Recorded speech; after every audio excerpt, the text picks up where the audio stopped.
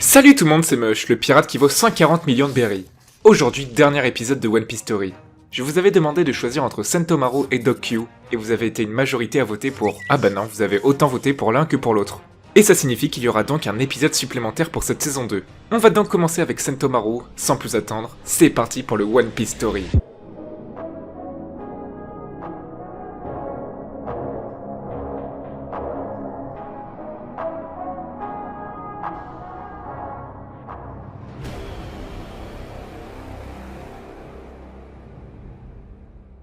Alors avant de commencer, je vais répondre à la question que tout le monde se pose. Sentomaru est-il un homme ou une femme? Dans l'épisode 519, un marine l'appelle Mademoiselle Sentomaru, et il s'agissait d'une erreur de traduction ou tout simplement un énorme manque de respect car il s'avère que Sentomaru est un homme. Plus sérieusement, je voulais faire un épisode sur Sentomaru car on a eu quelques apparitions et il a l'air d'être un membre de la marine assez important car il a un rôle particulier. En effet, Sentomaru est le garde du corps du docteur Vegapunk. Être le garde du corps d'un personnage que tout le monde veut s'arracher car il est le scientifique le plus avancé dans l'univers de One Piece est une tâche très compliquée. Un personnage avec un tel rôle se doit d'être très puissant afin de protéger Vegapunk d'un quelconque incident. Également, Sentomaru est aux commandes de l'unité scientifique de la marine. Lors de l'arc Sabaody et Marineford, il fait partie des antagonistes principaux grâce à sa horde de pacifistas. D'après ce que dit Sentomaru, il considère Kizaru comme son oncle.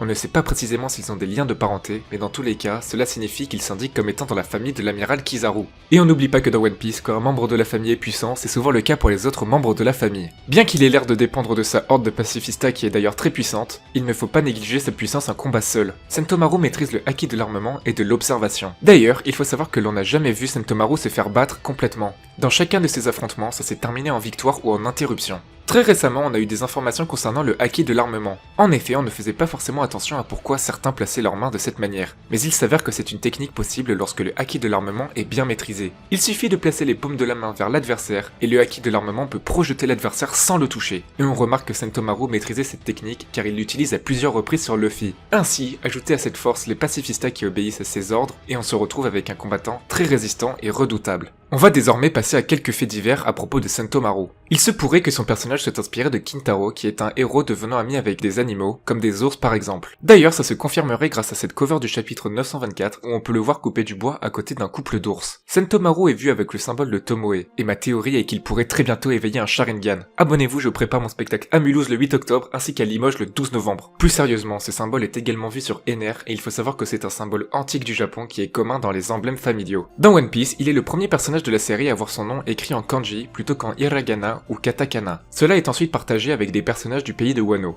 Petite info plutôt sympa, Sentomaru sera présent dans le prochain film One Piece Stampede. Normalement on passe à une estimation de la prime, mais Sentomaru fait partie de la marine, il n'a donc pas de prime. On va donc passer à une petite théorie à propos de Sentomaru. Afin de mettre en place cette théorie, je vais parler des potentielles inspirations de Sentomaru. Comme je l'ai indiqué précédemment, Sentomaru est possiblement inspiré de Kintaro, un héros folklorique très populaire au Japon. Dans cet ensemble de traditions, on observe que Kintaro a un combat de sumo avec des ours. Et on remarque que Sentomaru a une ressemblance flagrante avec un sumo. De plus, il s'occupe des pacifistas qui ont l'apparence de Bartholomew Kuma, qui ressemble à un ours. Kintaro est né sur le mont Ashigara, et on voit Sentomaru réaliser une attaque appelée Ashigara Dokoi.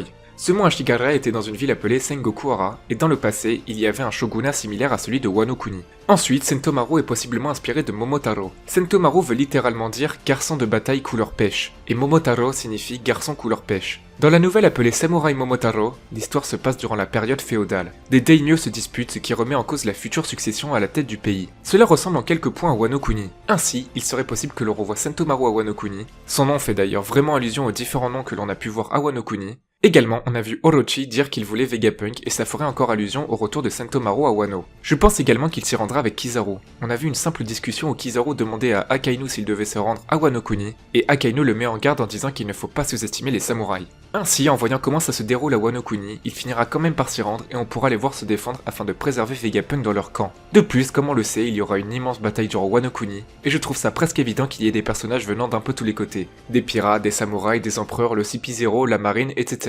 Voilà pour cette vidéo, si elle vous a plu, n'oubliez pas le pouce bleu, vous pouvez me soutenir en regardant une petite pub de 30 secondes, ça m'aide vraiment et merci beaucoup à tous ceux qui le font. On se retrouve pour une prochaine vidéo, ciao tout le monde!